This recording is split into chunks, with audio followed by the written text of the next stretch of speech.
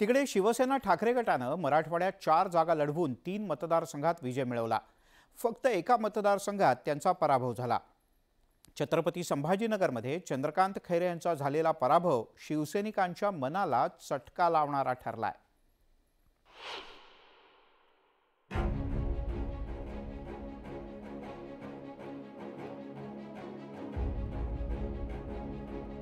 शिवसेनेनं पुन्हा एकदा छत्रपती संभाजीनगरवर भगवा झेंडा फडकवला, तर दुसरीकडे शिवसेना ठाकरे गटाचे चंद्रकांत खैरे सलग दुसऱ्यांदा पराभूत झाले।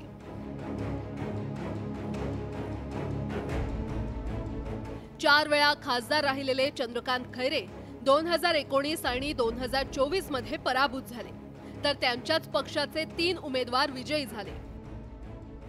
मराठवाड्यात शिवसेना ठाकरे गटाच्या ओमराजे निंबाळकरांनी धाराशिवमधून दणदणीत विजय मिळवला।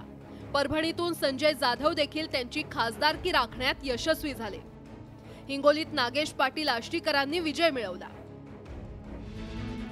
मराठवाड्यातील शिवसेनेची पहिली शाखा चंद्रकांत खैरेंनी स्थापन केली होती। संभाजीनगर जिल्हा आणि मराठवाड्यात शिवसेनेचा झंझावात पोहोचवण्यात चंद्रकांत खैरे यशस्वी ठरले होते आणि त्यामुळेच 1995 मध्ये युतीच्या सरकारमध्ये चंद्रकांत खैरे कॅबिनेट मंत्री झाले होते।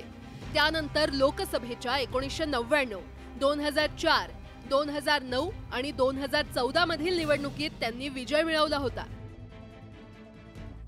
2022 मध्ये शिवसेनेत फूट पडली होती।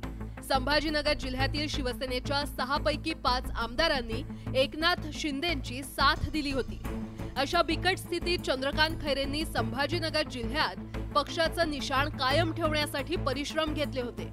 तरीही चंद्रकांत खैरेंचा झालेला हा पराभव शिवसेना ठाकरे गटाच्या शिवसैनिकांच्या जिव्हारी लागणारा ठरलाय।